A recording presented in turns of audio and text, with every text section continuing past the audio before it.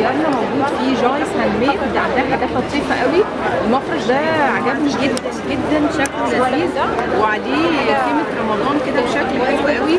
وبعدين هي مش بتبيع بس مجرد مفارش، لا عندها ملايات حلوه قوي في القطن المصري بتاعنا واسعارها حلوه، وبتبعت اونلاين. عندها التوتشي باج بس بشكل ورود هاند ميد لطيفه، عندها الكوفرتات اللي هي المضغوطه دي، عندها مخدات كمان حلوه قوي. لو بصوا عندها شغل حلو قوي، تشكيل الهاند ميد بتاعها وشنطه المكياج. بصوا شنطه المكياج كمان، بصوا شنطه المكياج بتاعتها لطيفه وعليها سحب قوي، الناس كلها معجبه بيها. عندها مفارش تانية، بصوا بقى الكواليتي بتاعها حلو قوي وخامتها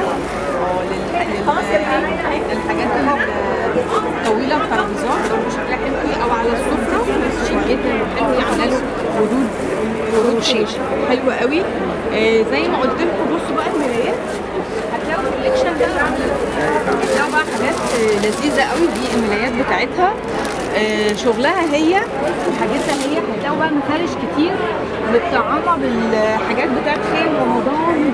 هتلاقوا بقى بصوا باتش وورك، بصي باتش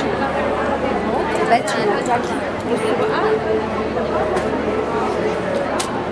اوريكم. بتقولي لي عندك ايه كمان؟ باتش وورك، ده باتش وورك، شغل باتش وورك.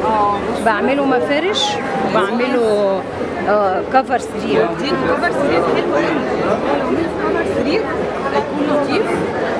دي فكرتهم، حاجتها حلوه قوي زي ما انا قلت لكم. متاح توصيل لاماكن كتير معانا في القاهره. دي شكل المفارش.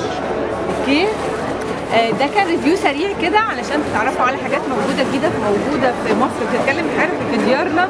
وكان النهارده للاسف اخر يوم، بس تقدروا تتواصلوا.